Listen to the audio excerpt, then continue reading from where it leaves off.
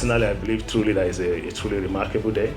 It's a day that provides a platform to explore private sector opportunities and of course to discuss some of the challenges. On behalf of the World Bank Group, it is my distinct honor to welcome you to the very first IFC Private Sector Day here in Eswatini. I'm thrilled to see many of you gathered here today, and I hope that marks the beginning of a series of fruitful engagements aimed at unlocking new opportunities. The government will be going through a process, a growth strategy process to actually engage once again with the private sector very directly to find out what are the ambitions in the private sector, what are the dreams that the companies are having, how can government support that, what can government do together to be able to work with the entities to get that right.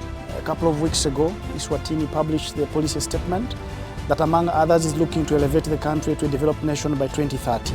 So this is part of the engagement into the country to help and see how we can complement government efforts by bringing in the private sector angle, working with private sector companies here to launch them into their next growth path and figure out how this can help develop a country from employment to food security in line with meeting the development nation agenda. Coming from the tourism sector, we know that post-COVID, tourism is one of the sectors that have been hit hard by the COVID.